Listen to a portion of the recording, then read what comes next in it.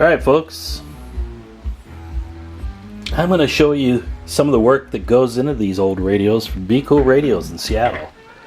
Yeah, that crazy guy that buys radios on eBay, restores them, tunes them up, uses my 40-50 years of electronics experience to get these radios working the way they should. And you see I got all the test equipment, all the goodies. Oh, I'm a retired tech, used to work at Freq Corp. Yeah. These radios are really the best. And I had a request to bring in a nice radio that was reasonably priced, and that's this guy. The Washingtons. Really, they have the same sideband performance as a Cobra 2000. Yeah, don't let all that chrome and knobs fool you on these guys. See that guy there?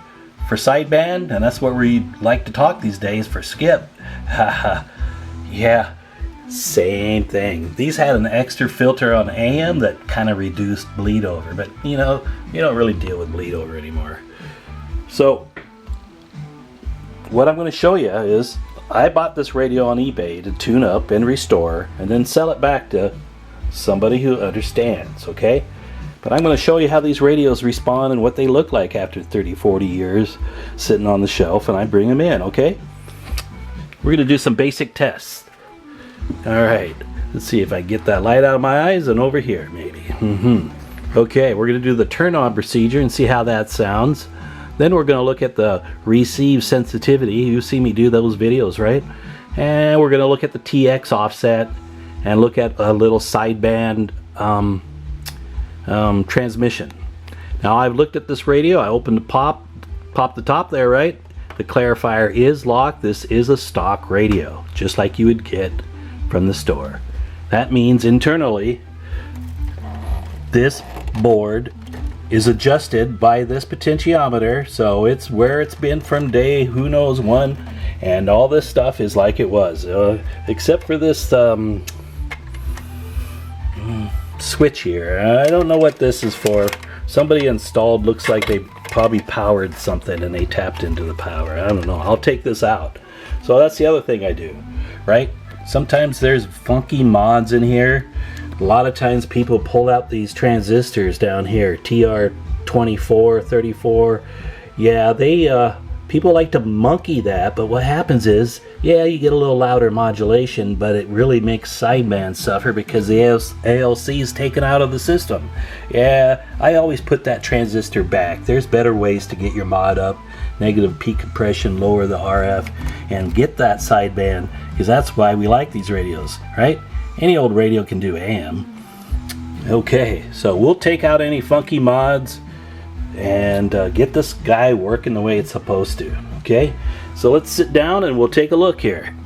What are we going to find? Okay, first turn on and who knows how long.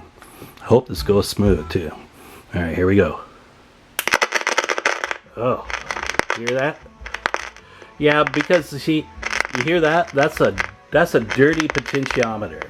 They are actually carbon. Those potentiometers that go back and forth, they swipe a carbon pad, and over time those carbon pads get corroded and you get this. But you see, you hear that on the audio, but that also means these squelch mic and RF gain and clarifier also have that same issue. So when you're trying to tune in a clarifier, it's kind of jumping around and doing that same thing. You just don't hear it. Okay, so I have to go in there and clean all these with deoxit. I'll take this faceplate off, get back to the back of those pots, clean them all up with deoxit, which removes that oxidization, okay? Alright, so let's see if we can get some volume here. Come on, we can do it. Oh, there it is. Okay, I hear it. Alright, so right now I got my SIG-Gen hooked up, and let's get some signal in there. There you go. We should have 9 S units at 100 microvolts right there. Let's see what we got.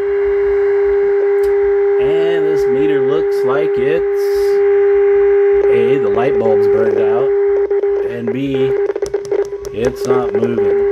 So what happens is, you know, like your lawnmower happens over winter, it gets a little gummied. So do these meters.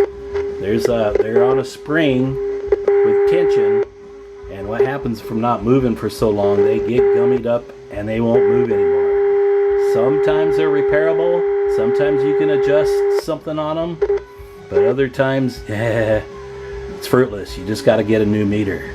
So I'll make sure these meters are working the way they're supposed to. Make sure that they're not sticking at all, because you need your meter to read the right thing. The next thing I wanted to talk about is, hey, the microphone that came with this radio, right? These old microphones are 40 years old too. And check out this one.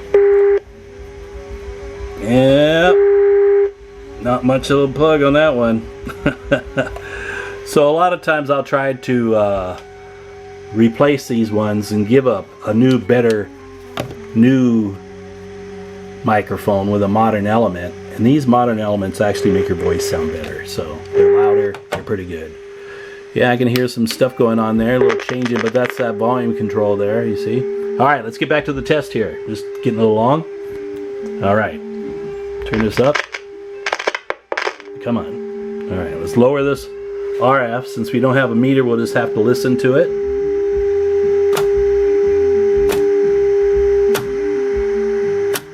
Okay, there's 1 microvolt. Yeah, I can kind of hear it. But usually when I'm at 1 microvolt, these are still pretty strong. And I'll lower this down to 0.2.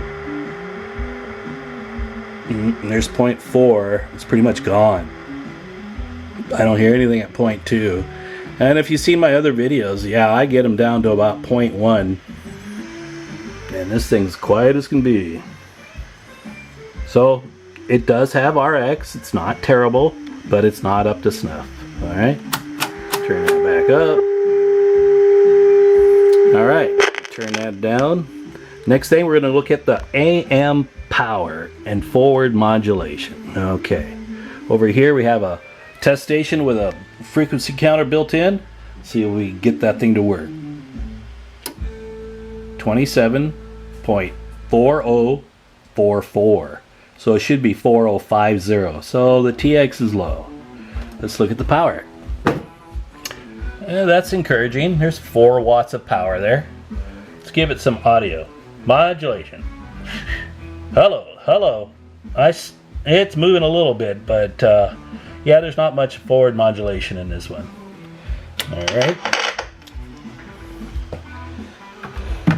So, what can we test next? How about some sideband? Because, hey, this is a sideband radio. And I really want to give you guys a good example of what happens to sideband. Because, you know, AM, that 404, people can still hear you. You're going to be off frequency a little bit, but they'll still hear you. Sideband? I bet not. Let's get some audio out of this. There we go. Got my detector over here. Alright, let's switch this over to sideband, channel 40. Let's see what we hear. Check, audio. Hello, check. Yeah, that sounds a little low to me. So, I'm gonna turn this clarifier knob, and you see, it doesn't change.